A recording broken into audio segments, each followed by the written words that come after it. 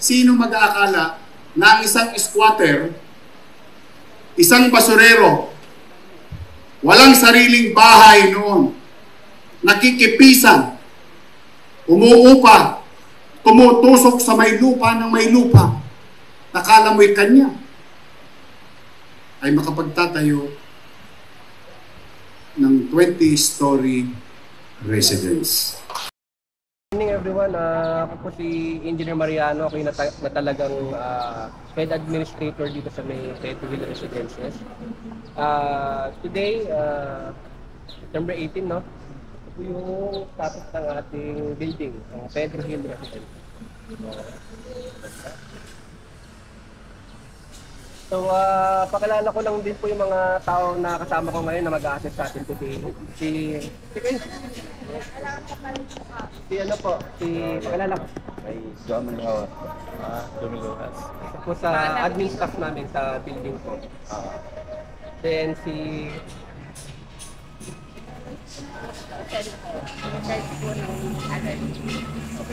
natin, sila yung kumbaga sa cleanup ng buong building natin para laging malinis, maliwanag, maganda.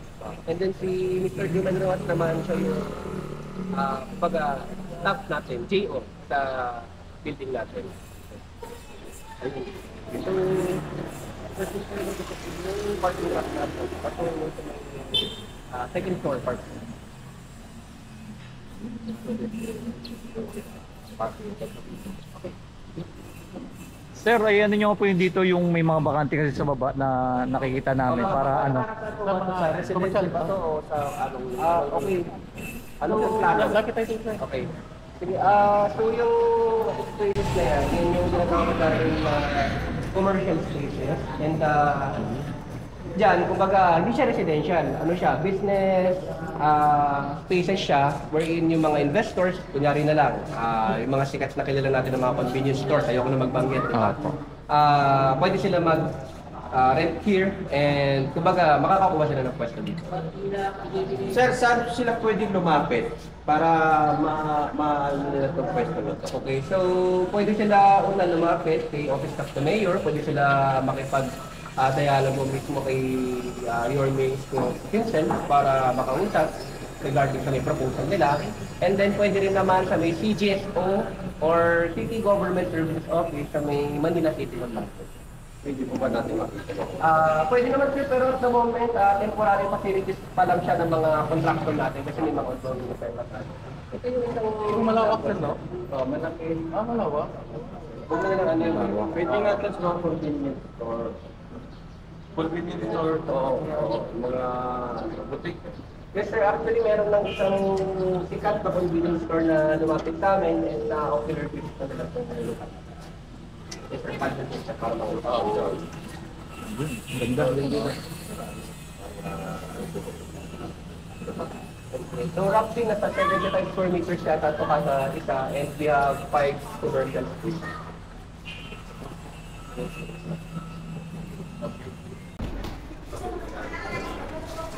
Sige sir. Natin pinakot ng entrance.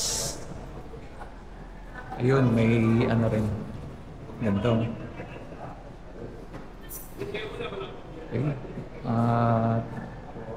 Mayroong log-in. Ito yung mga elevator. Ganda, linis, no?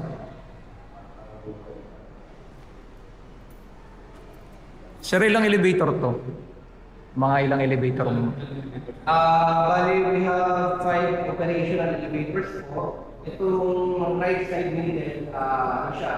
Kumbaga, freight elevator, kumbaga pang mga materialis, mga gumagawa, mga renovation, mga ganyan po dinadaan. Kasi, di ba, may pintura ka, mga ganyan. Meron siyang foam para hindi manangit yung elevator. The rest is regular passenger elevator.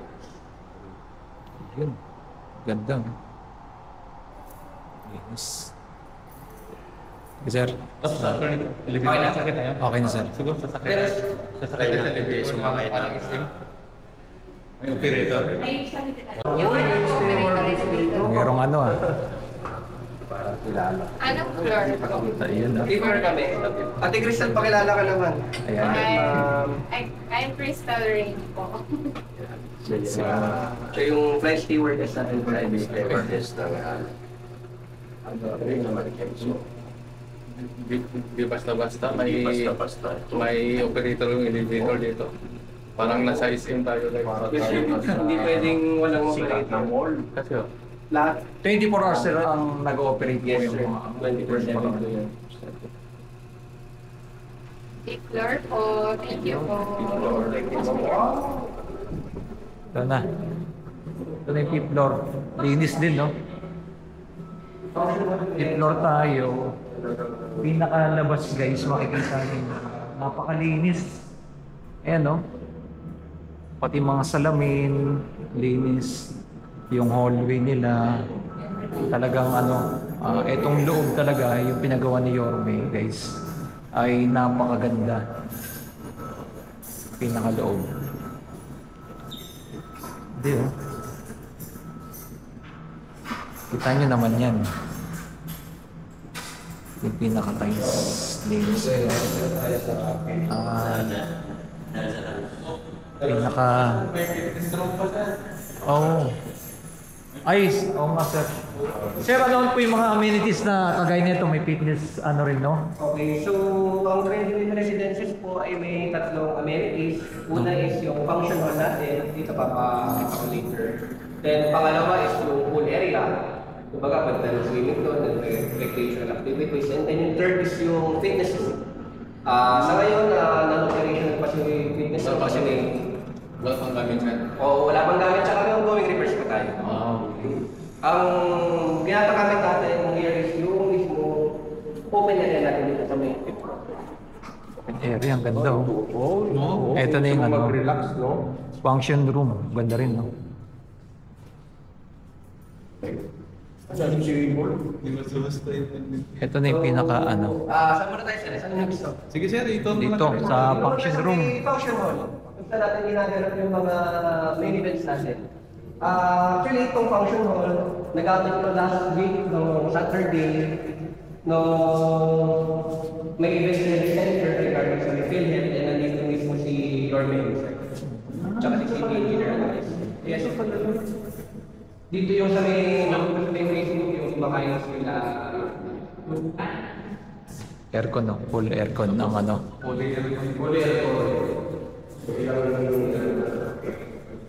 Ganda.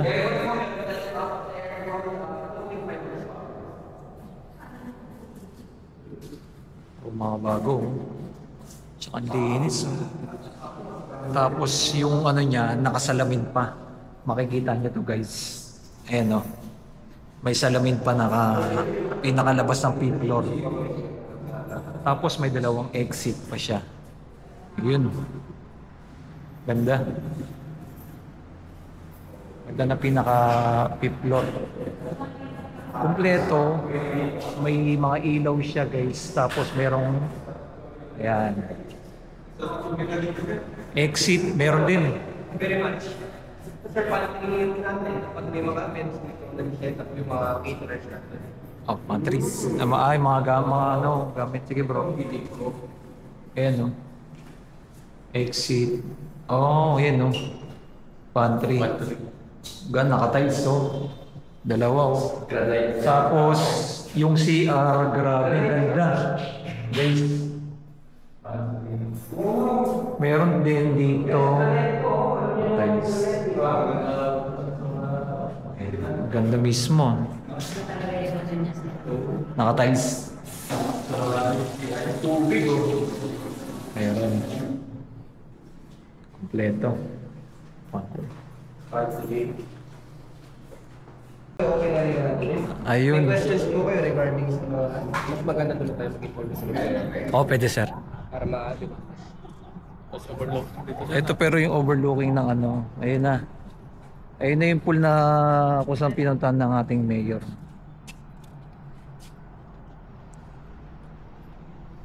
Pinakataas.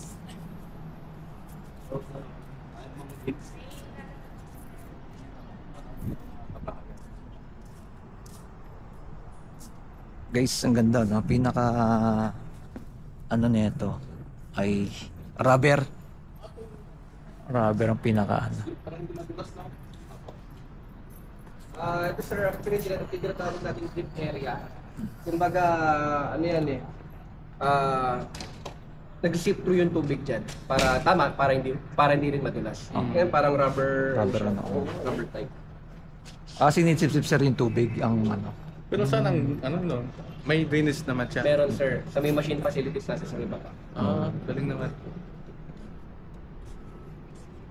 Yan. Dito sir. Sir, dito na tayo.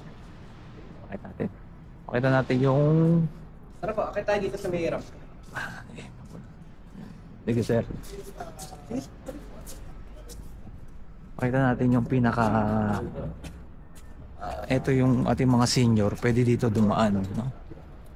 Yung pinaka swimming pool. No? Grabe talaga ang ating Mayor Isko Moreno. No?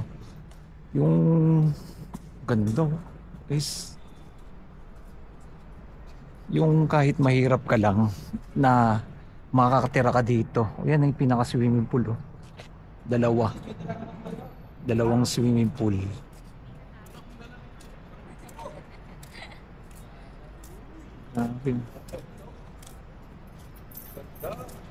Ready na po. Wala po.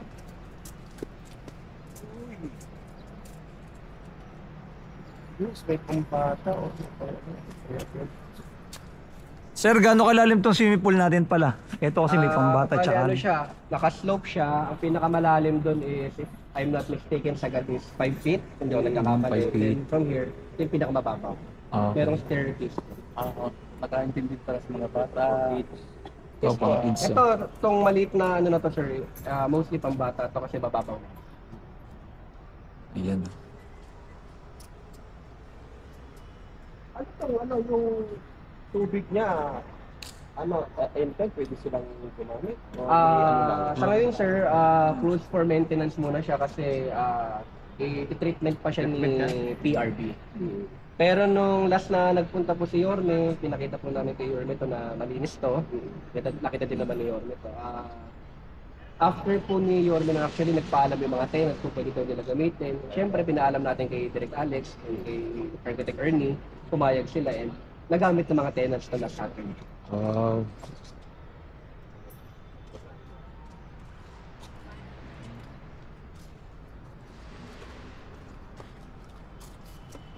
Ganda oh. Dalawang swimming pool atin. Tapos ito yung pinaka... Nasa 5th floor tayo guys. Makati At, dito. ganda pinaka view. May overlooking pa. Habang Sa 5th floor. Kumakain ng hotdog.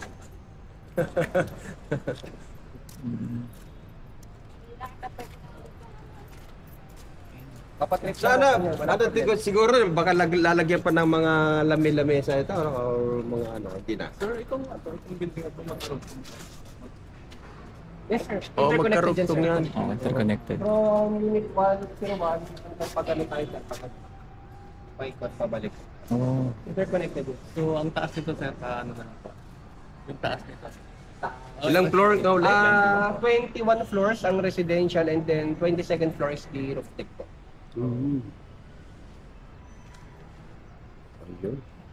Kagaya ng mga ibang condo unit, may mga ganito na open area sir, no? Oo. Yes sir, para mahangin, para pamasok na. Parang ano, yung nakikita mo yung DMCA, no? Ano yan sir, DMC. accessible sa mga tenant yan actually. Oh. Wow.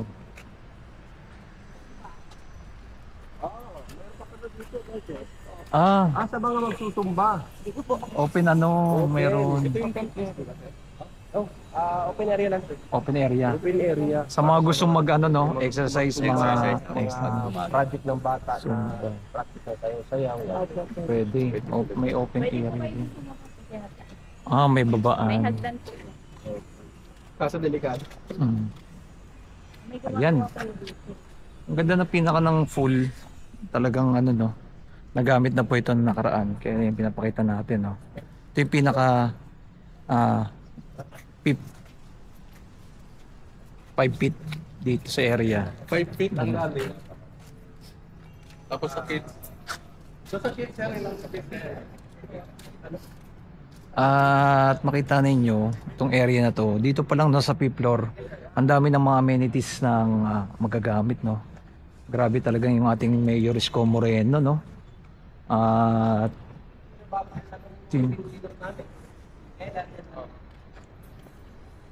ano,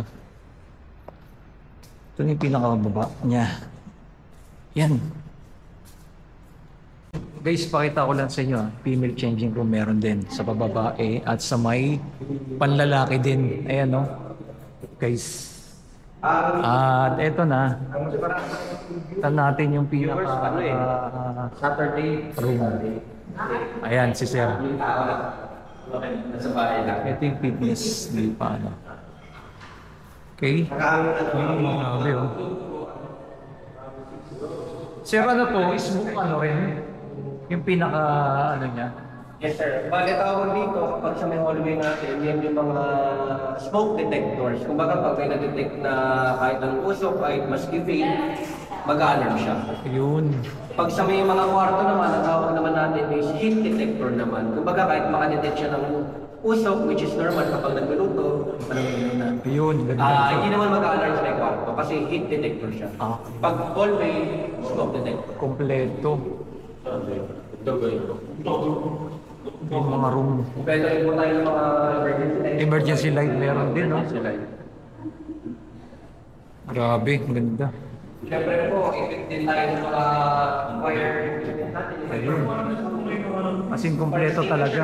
Fire hose, tsaka fire exit, tsaka mga fire. Ayun.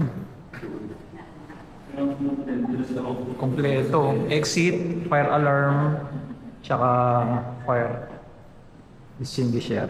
Ayun, no? As in, kompleto talaga lahat. Ito na yung mga room. Okay, ang ganda. Okay. Eto. So ito.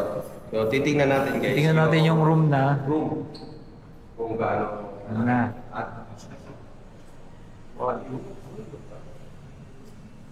Ito na yung ano. Ito yung sabi ni Yorme. Meron na siyang lababo. Tapos, eto na mismo yung CR. Ayan. May CR. May shower pa. May shower. May CR. Eto yung room ng nanay at tatay. Meron din siyang aircon. 40 square meter. Ay, kita sir, sa naman to 20 lang. Kasi 40 na siya, pagkakulat na 20. Or less na sir, siguro less na. Receiving area. Kompleto rin, may mga ilaw rin. May switch. Ganda, oh. Ito yung pinakita ni Yorme, guys. Nakasama yung naka-stainless pa mismo yung lababo. Ito naman yung room ng ayan. Ganda, oh. At meron mismo kasamang bintana na rin sa labasan. Yan. Ito yung ating guys, oh. Grabe, oh. Iba talaga pagmamahal ni Yorme sa mga ano, ating mga taga-Manila. Talagang love na love po talaga niya, no? Ayan. Ganda, sir. Maganda po talaga yung pagkakasabi. Baka iba yung kwarto ng parents, mga anak, ganun din yung simulation. Oh. Of course, ang ganda naman yung CR. Tiles pa. Laki nga. May ano pa eh. May ano pa, oh. May shower pa. Ito ang going universal pa pero sa normal na unit, lahat yan pwede. Okay. Ito yung ano mismo. Lawak mo CR din, bro. Grabe, no? Iba talaga ang ating ano, mayor. Yung sa mga residente, anong gagawin nila ng pagluto? Bale sir, yung regular naman lang, okay lang yun. Ang iniiwasan lang natin is yung super kalan talaga. Super kalan. Oo, super kalan. Electric stove, pwede rin. Required about na kung kadalas na nagluto nila, siyempre kung kadalas sila. Dapat may range shoot na connected sa ating exhaust. Ayun. May gas po tayo sa system, lumalabas po yun. May nakaabang. Sa exhaust fan. Para pag... So may nabibili nga para yung hihigupin niya yung uso ko lang. Yes sir, meron akong bibilin na ratio kung tawagin. Ina-absorb niya yung kabalan na doon. Ganda. Yun. So pwedeng electric stove, pwedeng... Usually sa condo electric talaga. Oo. Okay. Pero siyempre dahil galing ka sa ano, di ba? Dahil galing ka sa mga urban yung titira, sanay sa mga super, kailangan kerosene, di ba? Kaya mo natin, di ba? Oo, nalagyan natin sila regulation nung bago sila, kumbaga, pero dito sa orientation, bawal yung ano. Ayun. So, kailangan talaga gas, yung normally yung gas po. O di kaya electric. So, di gas po. Di gas po. So, yun guys, kasi siyempre, yun ang afford nila. Kailangan talaga Kompleto. siyempre, Switch din. kung kayo ay titira sa isang linis na mundo, parang matik na po yan dapat kayo mag-invest din. Yes. Para umangat din yung quality of life. Yes. Good. Okay. At very safe kasi guys, ako sakali. Ang breaker nila ako kasi may breaker. So, mamaya isang tayo na hindi lang. Okay, ang ganda ng pinaka-loob at lalo na yung pinaka-hallway nila ay napakaganda mismo. Water meter room meron din, exit. Ito yung same, ito na yung pinaka-rooftop. Ayan o. Ito, ayun. Pinapakita niya sir o. Ganda ng view. Wow! Kita po yung Nakakalula oh. Uy, Manila, welcome. Hello. Manila Bay. Marami tayo nag-drone. Ang ganda. Oh. Ganda ng pinaka-view. Ang ganda. Ito yung ano, yung expressway. Oo. Yung nasa kanan ko, going to Valdivia. SLEX. At yung nasa kaliwa, ito, going to Ganda. Manila. Manila. Kaya nga. Ang swerte naman nung natin dito sa taas. Ang sunod ko naman natira dito. Oo, dahil kasi Dito wala nakatira dito sir, di ba? Wala dito no, wala dito. Oh. lalo sa gabi, no? Kasi puro na hindi mo na kailangan pumunta ng Tagaytay. Grabe. Ito yung pinaka-rooftop nila. Wow, grabe lawak oh. Lawak. Yung nga lang sinabi sir, di ka tatagal kasi mainit pa. Pero pag hapon dito, maganda siya. Ayan. Skyway, Manila Bay. Grabe, ganda nga oh. Pinaka... Sir, ano to sir? Pag hapon sir, open to? Sa ngayon, sir, Di pa. naka-close muna siya kasi may ongoing repair si contractor. Kino-close po muna namin. Yun no? Tapos sa taas merong water tank. Yes, sir. Yung overhead tank. Overhead tank. Meron din. Pag di ano. Overhead tank, sir. Diyan po umakit Ayan. yung tubig. Overhead tank. Then, bumababa sa mga unit. Gravity yun. Yes, sir. Gravity na lang. Kapag from sister natin, yung tank na sa may baba, aakit siya ng overhead tank. Pag nandiyan na siya, may overhead tank na tayo, bababa na lang siya ng gravity tank. Wala na yung ano. Wala na, sir. Ang meron, sir, yung pressure, yung, kumbaga yung machine natin, nasa may baba yung pump natin. Packet dito. Wala na. Galing. Siya, may kotse mo to. 4th floor parking area. Bukod po ito sa pinagrintahan. Sa akin Ito. yung na wala pa tayo yung air guideline, open for every tenant po siya. Oh. Pagdating po ng panahon, ipaparenta na po natin. Ganda oh. Laki So, oh. wala pa sa kami nabayaran na. Wala. Laki. Hindi ko yung kapila dito sa free park. Oh. Libre pa hanggang ngayon. May parking area. Ganda mismo. At yung bandang kabila, yung mga motor naman, mga nakalagay doon sa kabilaan side. Mga motor yan. Oh. Yan.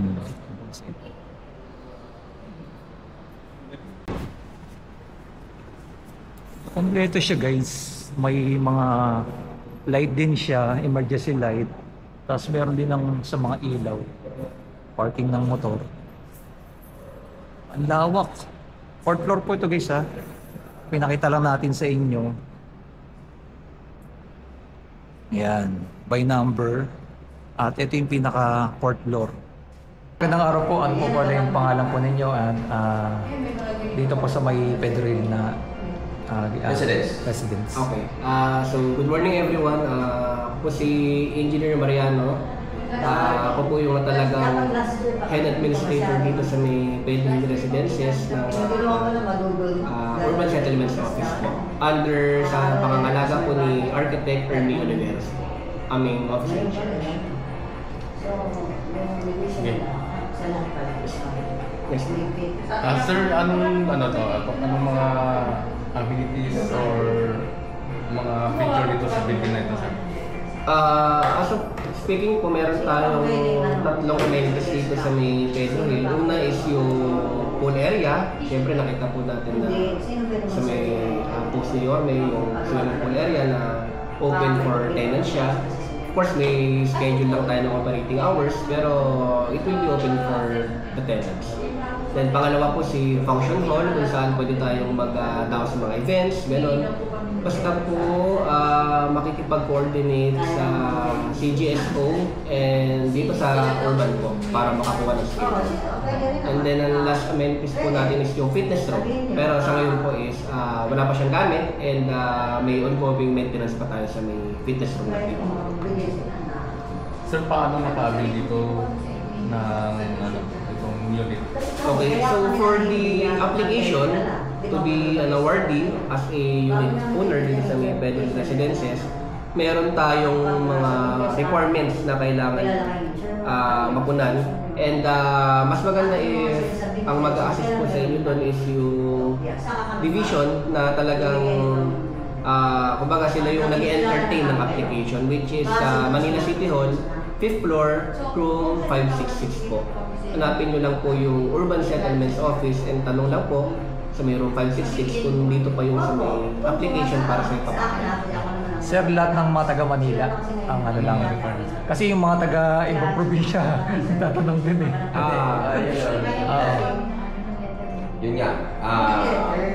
Taga Manila, matagal na nila sa Manila, importante po ba ng Manila? Yes sir, syempre kung mag-apply po tayo sa isang pabahay ng isang local government unit which is Manila City, syempre po dapat taga Manila. Hindi ko lang po sure kung mag-open ba sa iba, pero syempre po priority natin ang mga Manileño. Anong mga requirements, sir, maliban doon? Requirements sir, meron silang list of requirements na ibibigay sa may City Hall, pero one of the main requirements po bago kayo makapag-apply dito is yung una, salary grade po, dapat salary grade 18 and below. Makikita niyo po sa may internet yun kung how much yung salary grade 18 equivalent. Yun po yung una. Pangalawa po is yung LRA na dapat po wala kang ibang property, lupa, bahay in any part of the Philippines. Kasi po kung meron ka ng bahay o lupa, bakit ka pa mag-apply dito? Parang ganun. Bukod doon, sir, kung halimbawa mag-apply ka dito, hindi mo aasahan na makukuha ka kasi anong mga procedure. Okay. Pag nag-apply po tayo, ang application po natin ay nakalagay sa, if I'm not mistaken, long clear plastic envelope. And then, itatabi po yun para pagdating ng raffle date natin. Kumbaga po, katulad ng sabi ni Yorme Isko, ang mga units na ipapamigay niya ay ira-raffle po niya. Kumbaga po, lahat po ng mga nag-apply, kung whether 1,000, 2,000, 5,000, 10,000, lahat po yun ay tatambiolo or kung whatever methods po gagamitin and ira-raffle po ni Yorme. okay po. Sa laki-laki nitong building na to, mga ilan po ba kayong nag-maintenance dito? Sa ngayon po, 8 lang po muna kami. 8? So paano ang sistema ng ano nga dito? Bali po kasi ang pinaka-area po muna namin ngayon is 5th floor po bababa. Galing swimming pool hanggang dito po sa ground. Ah, Kasama po yung second and third floor po na bahay. yung rotation ng paglilinis nyo, schedule na na-cook up nyo naman din po. Yes po. Na by step din naman po yung paglilinis namin. Tsaka may naka-assign na rin naman po sa Per area. Yung nag-operate sa elevator, kasamahan nyo din po yun. Apo. Kasama yun sa bilang. Yes po. Bale, 24 hours po meron po. Hello guys, ito naman po yung ating pinaka-drone shot. Ipakikita po natin yung kabuang view po dito. Nakita na po natin yung loob, yung pinakababa. At ito naman po yung pinaka-drone shot natin mga kababayan. Grabe talaga ang ating Mayor Isko Moreno. Tuloy-tuloy ang ginagawang mga housing project dito po sa May Manila, no, iba't ibang lugar. Na sana'y tuloy-tuloy na po ito, matanggal lahat ng mga squatter, mapalitan na po ng mga ganitong pabahay po mga kababayan. Mas magandang tingnan, malinis, at napakaganda po, no? Napakalaki na magiging pagbabago ng Pilipinas kung lahat ng mga squatter area ay ganito na po yung gagawin. Yan, i-comment nyo na below kung ano masasabi nyo po sa tuloy-tuloy na ginagawa ng ating Mayor Isko Moreno dito sa May Manila na may mga ganitong project, no? Mga housing vertical project. Yan. Kitang-kita ninyo, napakaganda yan. Nandiyan yung swimming pool, nasa 5th floor, tapos yung pinaka-rooftop, yung kwarto, no, nakita natin may 2 kwarto sa nanay, tatay at sa kanyang mga anak. May CR na rin, naka-tiles na rin, at meron din lababo. As in, napakaganda po talaga ng housing project, no. Talagang isinasabay, no, sa lahat ng mga condo unit, no, kagaya ng mga Abida Tower, ng iba't pa mga condo unit dyan, no, ay ganito na po yung mga ginagawa ng ating Mayor Isko Moreno dito. Like and comment and share. At ito po yung Skyway, ang ganda ng pinaka-view dito. At kitang-kita ninyo, tuloy-tuloy na po ang pagbabago po ng Manila. At ano po masabi nyo po dito sa pinuntahan po natin sa pabahay po ng pinagawa ng ating Mayor Isko Moreno. Maraming salamat sa inyong lahat dyan, and keep safe palagi, and God first. Like and comment and share kung anong masabi nyo po sa tuloy-tuloy na ginagawa ng ating Mayor Isko Moreno, na dating mahirap lang nakatira sa squatter, na ngayon po siya na po mismo nakapagpagawa ng mga pabahay para sa ating mga mahirap.